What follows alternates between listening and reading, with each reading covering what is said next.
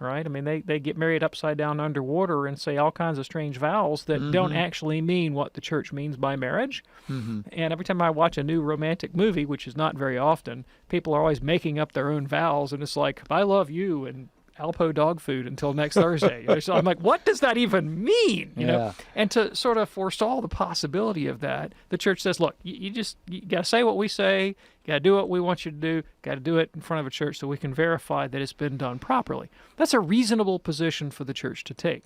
Now, where you get difficulties is poorly formed Catholics that don't really understand that they have a moral obligation to wed in the presence of a Catholic minister, and that's your situation.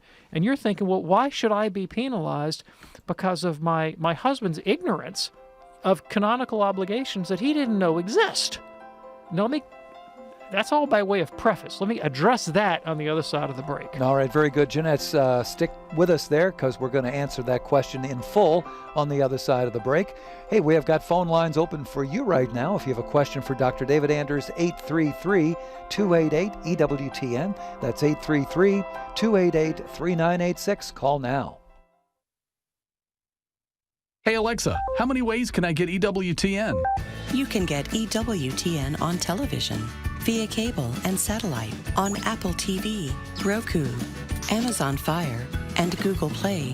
You can get EWTN radio in your car on Sirius XM Channel 130, and on the go on any mobile device with the EWTN app. And here's the best news. Now you can get EWTN's great programming on Me. Take Two with Jerry and Debbie. I'm really a revert. There are a lot of converts on Catholic radio, a lot of reverts, those who have come back to the faith. And ever since I came back to a practice of my faith, I started praying the rosary, going to even daily Mass, God has led me on an amazing journey and used me in a lot of incredible ways that I never dreamed would have been possible. Take Two with Jerry and Debbie, tonight, midnight Eastern on EWTN Radio. The wisdom of Mother Angelica. You know, I have a very hard time sometimes, and I'm so frustrated. I mean, frustrated. Somebody says, how'd you do all this, Mother? I say, I didn't. And they look at me, huh? The Lord did it. God does everything. Without me, He said, you do nothing. For more information on Mother Angelica, visit Religious Catalog at EWTNRC.com.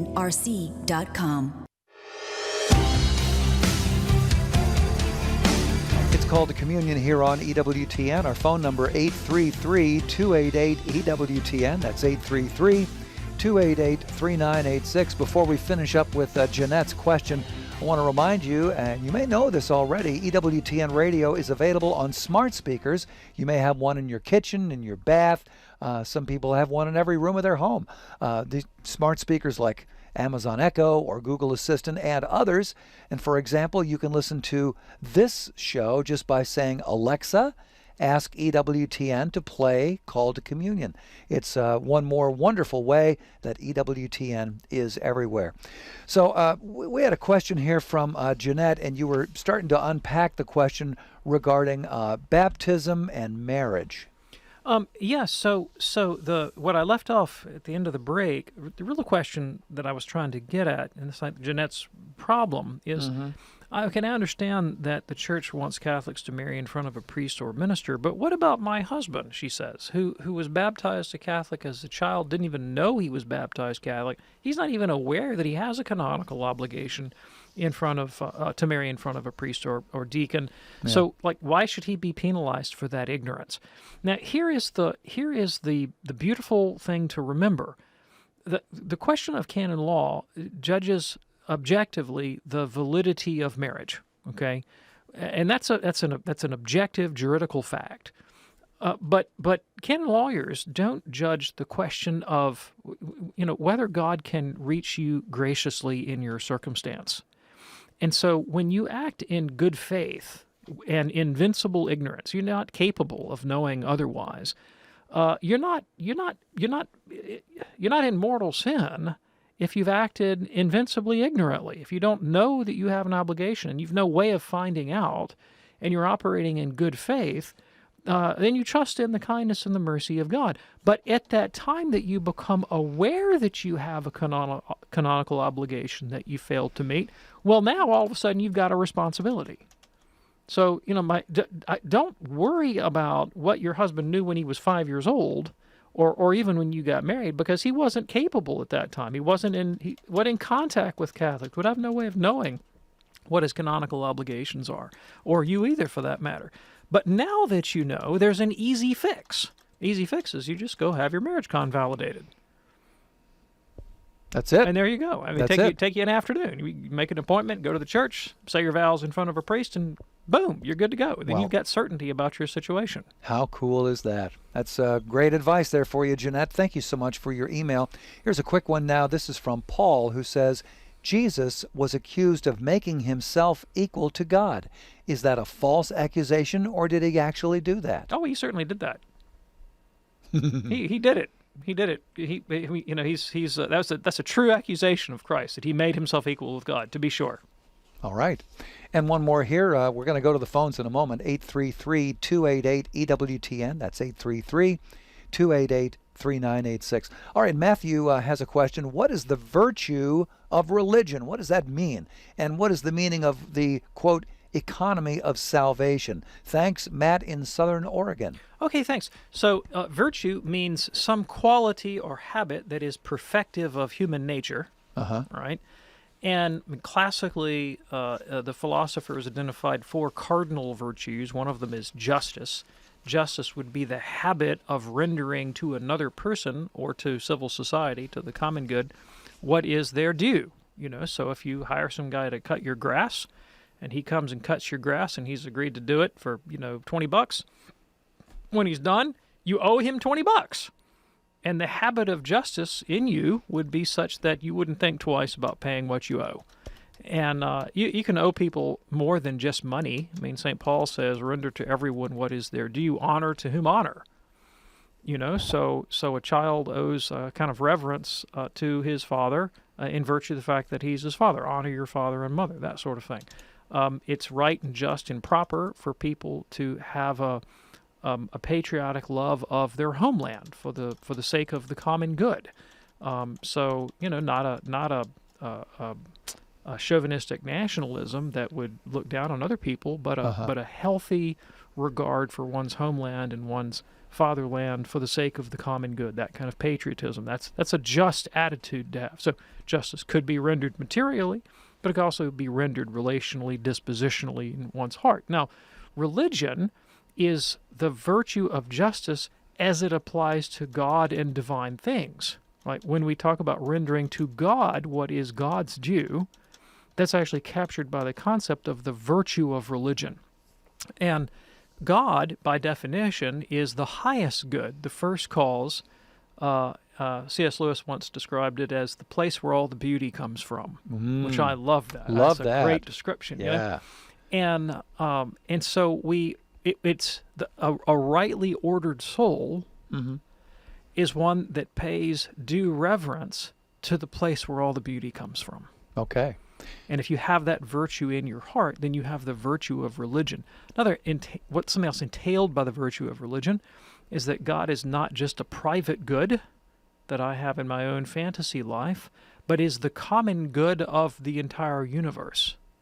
And so it's also right and just that God be acknowledged not just within me privately, but by civil society and by groups of people in community, that we order our communal lives, our social lives, even our environment, in ways that would be cognizant of and respectful of, honoring of the common good of the universe, which is God himself.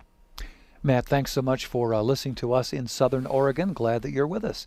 All right, if you're ready now, let's go to the phones at 833-288-EWTN. We're going to begin with Pat. Pat is in San Antonio, listening on Guadalupe Radio. Hey there, Pat. Happy Friday. What's on your mind today? Happy Friday to you.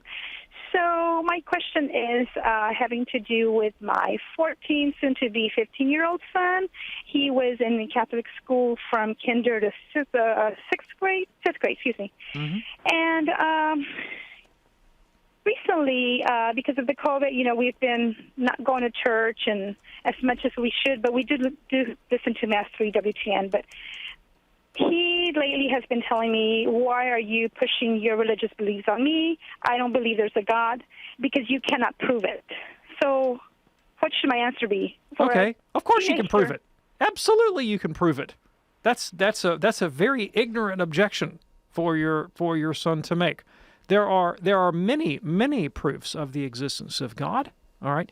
And of course it hangs on, we have to have the right definition of God. If you have the wrong definition of God, you won't be proving the existence of God, but of something else. But the proper definition of God is the first cause. God is the first cause. So let's unpack that a little bit. Well, what do I mean by cause? I mean that in virtue of which some effect or state of affairs has come to be. Okay, so I'm sitting here in this chair right now. Okay. I have not been here eternally. All right, my being in this chair is a contingent fact. It might not have been. Certain things were necessary for me to show up in this chair. Okay, the catechism I have on my desk right here. It's also a contingent thing. It's not the eternal catechism. It was compiled by a committee and promulgated by Pope John Paul II around 1994-ish. Okay, it has a history. There's a principle of its existence and of its intelligibility that exists outside, above, and before the catechism that accounts for its being. And you'll notice that if you go through all the items of our experience, all the phenomena in our sensible world, all of them have that character. None of them is self-existent. None of them contains within itself the principle or cause of its own existence. Now, your son's very act of reasoning badly, I might add, but your son's very act of reasoning presupposes that he thinks there are explanations for things, that the universe is intelligible, that it can be known, and that we can, in principle, through argument, arrive at causes of things. He thinks that reality is structured in that kind of way, such that truth claims ought to be tested against that kind of criteria. Okay, that's built into the fabric of his knowing. He thinks that things ought to make sense and they ought to have reasons.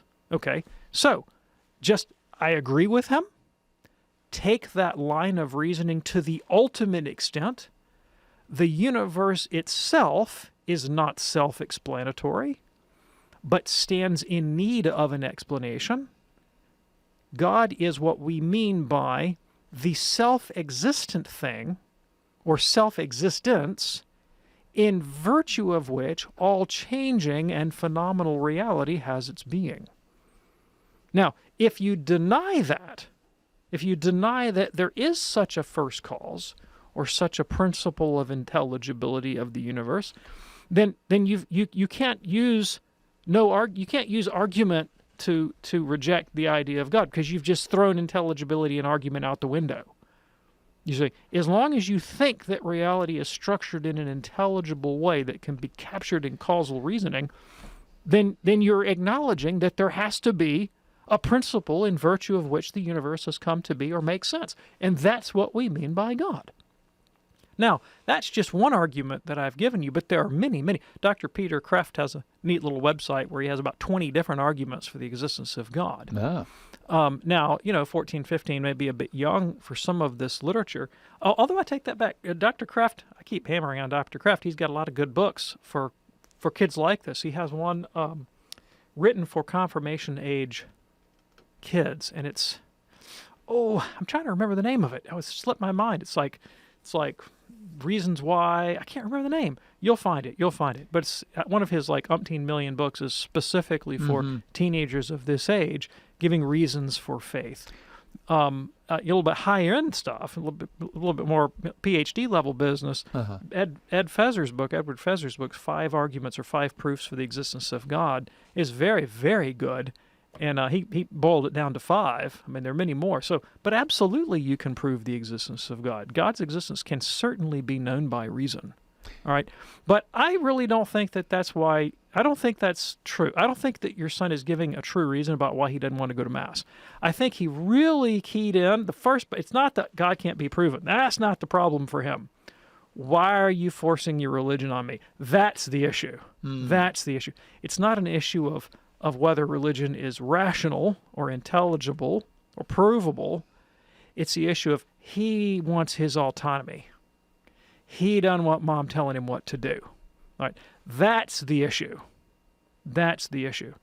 And so I think we have to deal with his psychology and his will more than with his intellect. And I think the way you do that is you say, look, I love you, and I'm not going to be pushy, and I'm not going to badger you, and I'm not going to lecture you. But you live in my house, you follow my rules. My rule is we go to Mass on Sunday, and we don't have to talk about it. I'm not going to badger you about it. I'm not going to be mean about it, but that's the rule. And so you're going to get up at Sunday morning, and we're going to be in the car by 9:45. And if you're not, I ain't paying that cell phone bill this month. That's just the rule. You just, you do what you want when you grow up, but when you're here, that's what we're going to do. Okay. Is that helpful for you, Pat? Yes, that's very helpful. Thank you so much. All right. You're most welcome. And by the way, the Dr. Peter Kraft is spelled Kreeft. A little bit unusual, Kreeft. Thank you so much for your call. That opens up a line for you right now at 833-288-EWTN. That's 833-288-3986. Call now before the phones get clogged up, and we don't want you to have to wait all weekend to get that question answered. Here is John in Huntsville listening on Sirius XM, Channel 130. John, what's on your mind today? Yes. In regards to the last question, when I was in high school, they taught us the 5 reasons from St. Thomas Aquinas, and it was really great. But my question is, I know there was one saint that has seen heaven, but is there any description? Who was the saint, and is there any description of heaven anywhere? Yes, there is, and it's not the sort of thing that you could describe with vision, all right? Because the reality of the blessed in heaven right now is that they do not have eyes. They do not have eyes. And anyone who had a physical vision of something heavenly, it wouldn't be heaven, all right? Because right now there is no spatial location or extension or dimension or material object associated with the blessed in heaven, except the resurrected body of Jesus and the assumed body of Mary. But the blessed don't have their resurrection bodies yet, so they don't have eyes. They have no optical nerves. There's no visual representation of heaven that could capture the reality of the blessed in heaven right now. After the resurrection, it's different. So their experience of God in now, the blessed, is of a purely intellectual, intuitive, immediate knowledge of God in his essence. And so what does that mean? Well, right now we know God, St. Paul says, as through a glass darkly. We know that God is. We don't really know what God is. We don't have an immediate grasp of the essence of God, the nature of God, the being of God in himself, as he knows himself. And we can just reason to God through argument, through demonstration, and we can know him through the articles of faith that have been revealed to us. But that's not the same thing as knowing him directly. It's like getting a love letter from your beloved, but not actually being with her. Okay? Yeah. In the blessed in heaven have an immediate experience of God in his essence. Now, God's essence is infinite, utterly simple, without parts, without division, and contains within himself every possible perfection. So it is the satisfaction of every human desire of intellect and will. That's the experience of the blessedness of the blessed now in heaven. All right. John, thanks so much for your call. When we come back, we'll get to more phone calls, including possibly yours at 833-288-EWTN. That's 833-288-3986. The words of Blessed Carlo Acutis. All people are born as originals, but many die as photocopies. And this. I'm happy to die, because I live my life without wasting even a minute of it on anything unpleasing to God. St. Hildegard of Bingen was a mystic, an abbess, a botanist, a saint, and a doctor of the Church. Matthew Bunson and the Doctors of the Church. Hildegard had her first visions at the age of 3, which she called the shade of the living light. She later wrote about them in works declared by St. Bernard of Clairvaux to be from God. Pope Benedict XVI agreed when he named her only one of 4 doctors of the Church who are women in 2012. For more about the Doctors of the Church, visit doctorsofthechurch.com. Brothers and sisters, what's God trying to teach you through this time? You know, resistance is how you build muscle. If there's resistance on your bicep, through curls, you'll get a nice big bicep. This is resistance put upon all of us. This is a time of struggle, of trial. But our loving God and Father has a plan to bring us through this better than when we started this. This time will pass, make no mistake about it. Even if it leads to a Great Depression, there will come a time where you look back at this and say, it's over. My question to you is, how is God calling you to grow in this time? And what are you doing to be intentional about not letting this pass by, but engaging in that spiritual battle, engaging in the way that He wants you to grow? Think of that. So you could look back at this time that passed and see a new virtue and beauty in you that has not passed. God bless you. For more, text Chris at 44144. This is Chris Stefanik on EWTN Radio. Many people love the changing seasons. Others, not so much. Let's talk about this Monday on Take Two with Jerry and Debbie on most of these EWTN stations. Now more of Call to Communion.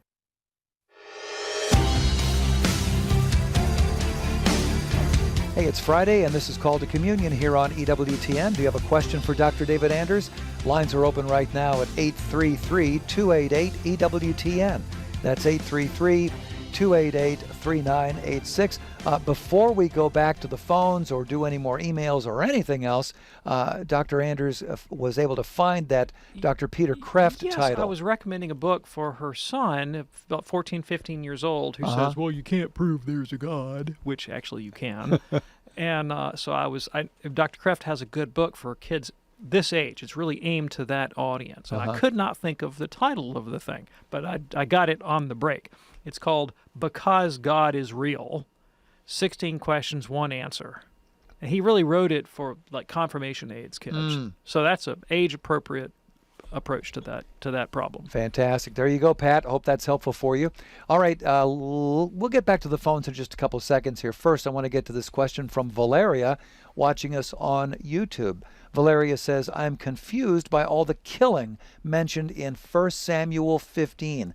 What is the meaning here? Okay, thanks. I appreciate the question. So this is one of the dark elements of the Old Testament that we have to make sense of, which are these occasions when Yahweh commands the people of Israel to wipe out the Canaanites. I mean, seemingly to commit genocide against them. And we look at that and we recoil and go, what on earth is going on here? I mean, how do we make sense of this? Okay. And look, I'm not going to get away from this. This is a problematic passage. These texts like this are problematic. So what do we do with them? Well, a couple things. First of all, there are clues that are built into the Old Testament itself that maybe we shouldn't take all this at face value. And I think one of the clearest examples is in the Book of Kings when we encounter the story of Elijah and the prophets of Baal. And of course, prophets of Baal, bad guys, right? Worshiping a false god. And so Elijah challenges them to this confrontation, if you will, put up or show up kind of thing. And they put out the altars and they put the sacrifices on the altar, and they pour water all over the altars to make them inflammable. And he says, do your worst, guys. And so they dance around and beat tambourines and cut themselves and act like a bunch of hooligans, calling on Baal to send down fire from heaven, and nothing happens, right? Then Elijah calls on the Lord to send down fire from heaven. Fire comes down, poof, there goes the sacrifice. And you think, oh, well, this is obvious, okay? Well, God's just vindicated Elijah, and prophets of Baal are, they're not doing anything, and so that must be the meaning of the story. Problem is, as soon as it happens, Elijah turns around and runs away, and nothing has changed in Israel. Wow. Nothing has changed, right? So, and in fact, he gets pursued, and they try to put him to death, and then he runs off and hides in a cave and gets completely despairing and like pouts. And you what's going on here? So there's more to the story than meets the eye, right? Because on the surface level, it would seem like a power play is the way to go. But then you find out that it totally doesn't solve the problem of idolatry in Israel, and nor is Elijah particularly encouraged. And then what happens? He experiences this profound theophany, where God shows up in a fire and a whirlwind and all of this, and Elijah is told, God's not in the fire. Well, God just dropped a bunch of fire down. God is not in the fire. God is not in the whirlwind. And God shows up in this still small voice that speaks to Elijah in his heart. And that story, deeply allegorical story, of course, Elijah becomes the typological figure in the Old Testament for the life of contemplation, which is a fire within, all right, not this conflagration that falls from the sky and burns up one's enemies. And so the Church Fathers, and the New Testament for that matter, turn to the Old Testament, and they find woven within the text itself, but also even more in light of Christ, deeply allegorical interpretations of these texts that they don't take precisely at face value. And so somebody like Origen, who's the master of allegorical exegesis, will see in these sorts of incidents a picture not of physical warfare with one's temporal enemies, but the interior battle within the soul. And clearly, this is the battle that Jesus himself is concerned with when he is confronted with the possibility, the option of calling down fire from heaven on his enemies, which the disciples want him to do. I mean, they're like, let's burn these guys up. Jesus' response is, no, we're gonna burn up the stuff that's inside. We're gonna worry about purifying the inside of the cup. And these guys out here, if they're not against us, they're for us. We're not out there condemning these other people. We're going to worry about condemning those impure thoughts and tendencies that are within us. And that's the perspective that they bring to the Old Testament. Paul, remember, Galatians chapter 4 tells us specifically to allegorize the Old Testament. And so what's one way the fathers do it. Now here's another dimension that modern critical scholarship has brought to this discussion. And this is a point of view that Pope Benedict endorsed, so I'm not just pulling this up out of whole cloth. Most modern critical scholars today doubt that the events described in the book of Samuel took place historically the way they're described, but they rather capture the point of view of post-exilic Israel in Babylon, who are reading ancient history back into their present situation in exile. And of course, their experience, and you read this in the imprecatory Psalms. These are the Psalms that are like, God, would you please knock somebody's teeth out? Right? I mean, there's a lot of those. They're in there. They're in the Psalter. They're violent Psalms where people are calling on God for the destruction of their enemies. Now, imagine what happened to Israel. Okay, so you're Israel. All of a sudden, the Babylonians come over the hill. They kill you. They rape your wife. They steal your daughter and take her off, to be in the emperor's harem. They enslave your son. They mock you. They destroy your temple and your religion, and they carry you off and make you slaves in exile in a foreign land, and then laugh at you.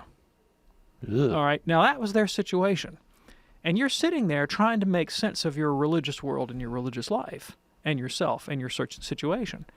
Well, a very tempting response in that circumstance is, God, would you knock somebody's teeth out? Okay. And so you begin to go back through the stories of your ancestors and try to make sense of your present circumstance in light of that and say, okay, well, God is the guy who has vindicated us all along, all right? And so you begin to tell those stories, and yet that same post-exilic community is the crucible in which the prophetic ministry of Jeremiah and Ezra and Nehemiah emerges in Ezekiel, and they ultimately reject that way of violence upon one's enemies as the way of making sense of our suffering and point instead towards the purification of the inner heart, the inner person, right? The circumcision of the heart, that's the language that Ezekiel uses, that will ultimately be fulfilled in the messianic promise when Christ comes. And so when Jesus shows up on the scene and says the kingdom of God is here, there is a crowd that says, all right, now it's time to call fire down from heaven on the Romans. But Christ completely rejects that way of doing business. And he says, no, my kingdom is not of this world. In fact, I'm here to show you that the redemption you seek is actually mysteriously present precisely in the experience of exile and alienation from which Israel has been called. And the experience of exile and alienation that we all have in all of our experiences in daily life and will have until the end of time. And no one captured this dynamic better than St. Augustine in his masterful work, The City of God. When the Vandals are climbing up the wall of Hippo and they're doing to the Carthaginian Romans, the Latins, what the Babylonians did to the Israelites so many years ago, and the temptation is, oh, do we go into despair? Has God abandoned us? And Augustine says, no, the city of God is not that way. It's not that sort, right? Yeah. But this is the collection of the elect, the virtuous, who have followed that interior call to be with God from the days of righteous Abel to the end of time. That kingdom will never be shaken and will never fall. And we do battle not against flesh and blood, but against the powers and principalities of the heavenly realms that do war with us in our interior lives. Valeria, thank you so much for checking in with us today. We do appreciate your question. A couple of quick shout-outs here before we get back to the phones. Henry is watching on YouTube. Henry says, I really love Dr. Andrews' snarky teenage impersonation. So you must have hit a nerve there, David. I've had a few snarky teenagers around, so I know how that there's goes. a lot of that going around. Anyway, Neo is watching us in Dubai today. Shout out to Neo, and also Julie in Germany watching on Facebook. So howdy hey, as Johnette Williams would say, to everybody listening and watching Call to Communion today here on EWTN. Let's go to John in Buffalo now on the Station of the Cross, a first-time caller. Hey, John, what's on your mind today? Hey, hi. Thanks for taking the call. Dr. Andrews, can you explain a little bit, like, the clarification that the Vatican made about the Pope's recent comments, from that Francesco movie, and what it means, sure. for, like, the church? Just how, like, what I get the whole thing, like, what they took out of his words. I know the context of it, but the clarification from the Vatican is, I don't get it. Okay, so I don't have the text in front of me right now, and I've only read excerpts from the National Catholic Register, and that, a week ago, so it's not fresh in my mind. Right. But my takeaway was that, first of all, so the Vatican press office was keen to insist that nothing the Pope said is a rejection of the Catholic position on the nature of the intrinsic immorality of homosexual activity or the primacy of marriage, or any position in moral theology the Church has ever taken. None of that was at issue. None of that was contradicted, nor is it understood to be by anything the Pope said. Secondly, that the Pope is on record, even privately as bishop in Argentina, of opposing gay marriage and insisting on the recognition for the unique place of marriage between a man and a woman in civil society as the bedrock of our social fabric.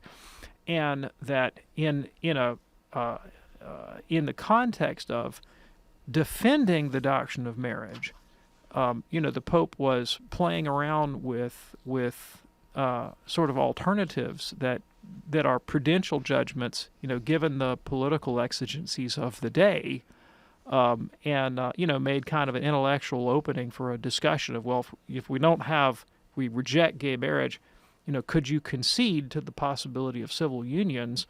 And look, this is in real time. This is a hard conversation to have with interlocutors, with dialogue partners in the political sphere that fundamentally don't agree with us. Yeah. You got to figure out how to make this work in real time with people who completely reject the Catholic faith. But the filmmakers weren't interested in that. They were interested in a good propaganda story. On the eve of the American elections, to make it look like the Pope was, throwing out the Catholic patrimony, which he was doing no such thing. Okay. Hope that's helpful for you, John. Thank you so much for your call. I want to tell you real quick here before we go back to the phones about a new book from EWTN Publishing, and this is from one of my favorite authors, Father Charles Connor. And the new book is called Toil and Transcendence, Catholicism in 20th Century America. The Catholic hierarchy and laity factored into many of the great stories of 20th century America, which are told here by by one of our country's foremost experts on Catholic American history. Again, the title, Toil and Transcendence, Catholicism in 20th Century America. It's available right now at EWTNRC.com. Buy Catholic, shop Catholic. EWTNRC.com. A fascinating story. I can't wait to read about Al Smith and John Kennedy and some of the other big names of 20th century America. Should be a fascinating book. Here is Marie now in Philadelphia, listening on Sirius XM 130. Marie, what's on your mind today? Hi, Dr. Anders. Thanks for taking my call. Sure. I'm calling to see if you might be able to provide a really simple, basic, easy book recommendation for someone who's been brought up with a completely secular background, doesn't understand anything about Christianity, and is hesitant to take the time to read or look into it. I just wanted to kind of give him a good, simple Catholic book that would essentially explain why we believe that Jesus is God. Okay, thanks. So someone who is extremely accessible to a secular audience and very good at presenting the faith, in the 21st century, is Bishop Robert Barron. I mean, he may be the best communicator in this crowd that I know about, and his video series Catholicism. I mean, it aired on PBS, if memory serves me correct, and here on EWTN. Here at EWTN, yeah. But I mean, he really pointing out PBS is he produced the thing to be easily accessible, even in a sort of secular environment. Mm-hmm. It's just well produced, and it's easy to watch, and it's enjoyable. It's just high production values. And of course his YouTube channel, Word on Fire, goes at this from 1,000 different angles. So he's just really good. I mean, it's a great way to begin. I don't think that we can really deal with the question of the divinity of Christ until we've dealt with the question of the divinity. We got to get the divinity part down first, you know. And so, I'm a big fan of introducing people to cogent arguments for the existence of God as Catholics understand God. And it's really important to distinguish. Like, there's some people who have ideas about God that are just flat wrong, and I'm not interested in defending some sort of generic religion, because a lot of generic religion is superstition. I want to defend the Catholic doctrine of God, which is philosophically grounded, right? And a lot of good books there. One of my favorites, of course, is stuff by Edward Feser, his book, The Last Superstition, or his book, 5 Proofs for the Existence of God, David Bentley Hart's book, The Experience of God. These are some of my favorites. They're not super simple, but they're readable. But those would be my suggestions off the bat. There you go. Marie, thank you so much for your call. Dan is in Grants, New Mexico, listening also on Sirius XM 130. Hey there, Dan. What's on your mind today? Hi, Dr. Anders. I have a question. My son is my oldest son is gay, and we never speak about his orientation. I just love him, and so we as long as we keep that where it's at, we're fine. But my question is, homosexuality and lesbianism. Why has God allowed this disorder to happen in humans, or is it an interference in the development by Satan? Okay, thanks. I appreciate the question. So, look, I don't think I'll say anything too controversial here if I point this out. If a person has a strong homosexual inclination, that is a serious impediment to their using their sexuality fruitfully to bear children within the context of marriage. I mean, it just is. Yeah. It is hard to marry someone of the opposite sex, bear children, and raise them lovingly and fruitfully in that context if one has a deep-seated homosexual inclination. I'm sorry. That's painful. That's difficult. That's a sacrifice. I mean, that's a real burden in life, because homosexual people, like anybody else, can have a desire to have kids, have a family, have belonging, have meaning. And the fruitful use of one's sexuality to bring children into the world and raise them is just a great joy. And if one has a deep-seated homosexual inclination, that's a serious impediment to realizing that end of one's sexuality, for which people who suffer this condition deserve our deepest sympathy and compassion. It is not the only impediment to raising children. There are others. Impotence is a serious impediment to fruitfully using one's sexuality and raising kids. And someone who suffers that medical condition deserves compassion and pastoral and medical care. There are even more, right? Grinding poverty is a serious impediment to using one's sexuality and bringing children into the world and raising them fruitfully. And people who have that situation deserve our compassion and our care and our support so that they can be relieved of that if possible.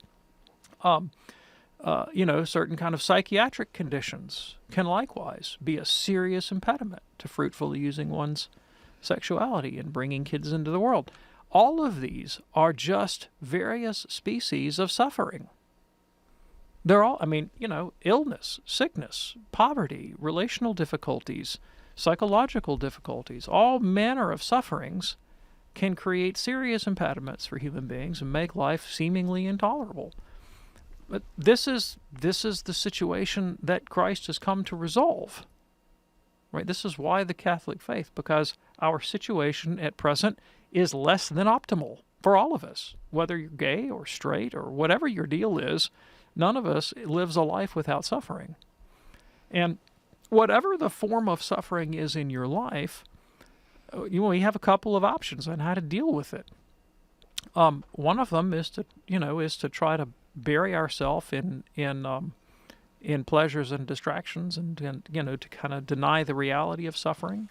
Another would be to kind of give ourselves up in despair.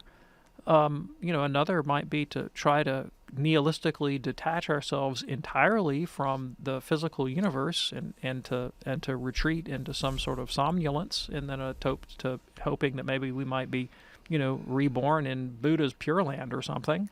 But then there's the Christian way, which is to say, look, suffering is in my life, maybe for reasons for which I have absolutely no blame or responsibility. They may be things that happened, with my ancestors and in the ancient past that have contributed to this. My own genetics, perhaps, congenital problems.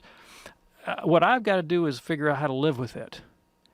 And if I believe that God is just and merciful, in spite sometimes of what my senses might reveal to me, that there's a future life, that living a life of virtue and union with God and charity can make my suffering meaningful and an occasion of merit, then whatever my circumstance, I can offer these things up, join them to the sacrifice of Christ, and it can become redemptive for me.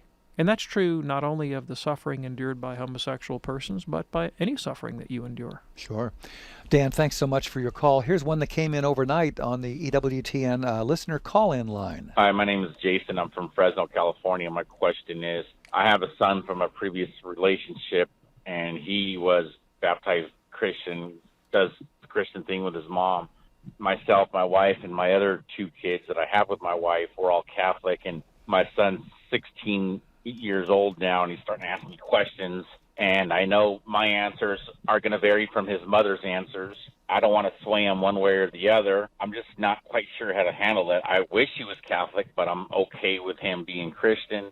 But he's starting to ask me questions I simply don't know how to answer, simply because I'm Catholic and he's not. Okay, thanks. I appreciate the question. So first of all, it's important to emphasize that Catholics are Christians, all right? Not all Christians are Catholics, but all Catholics are Christians, just to get that clear.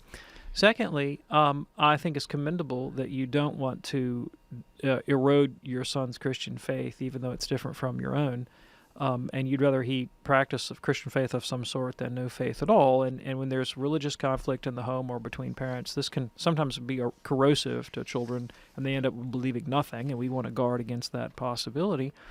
There are a few things that you can say that are sort of bedrock differences, and you can state them respectfully.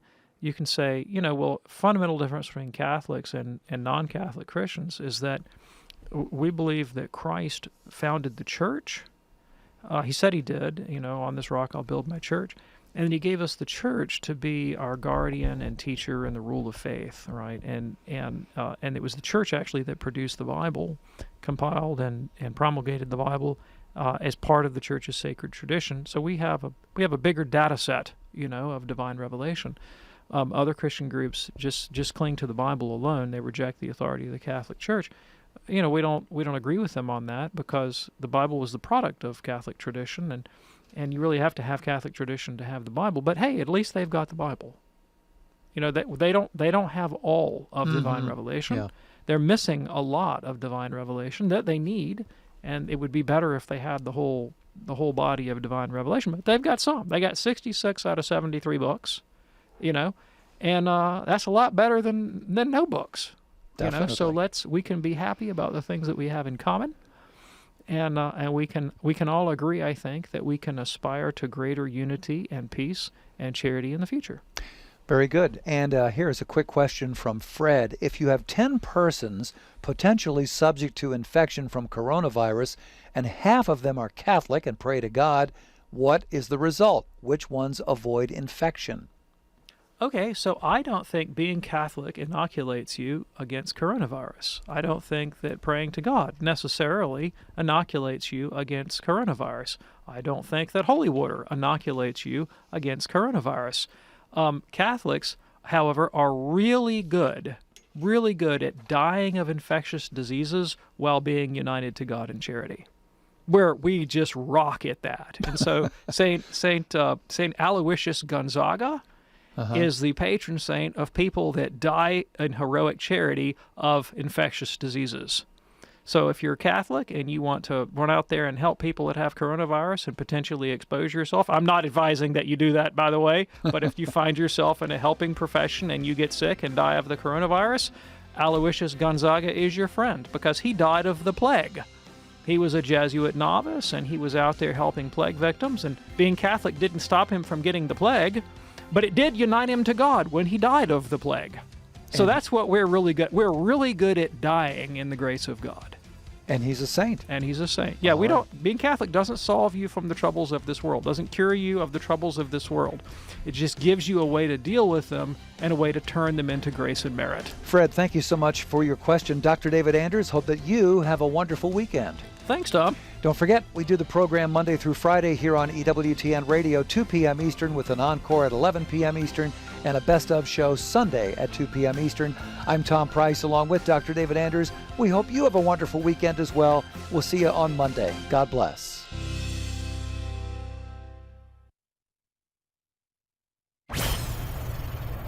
This is Colin Donovan. Open Line Friday is next on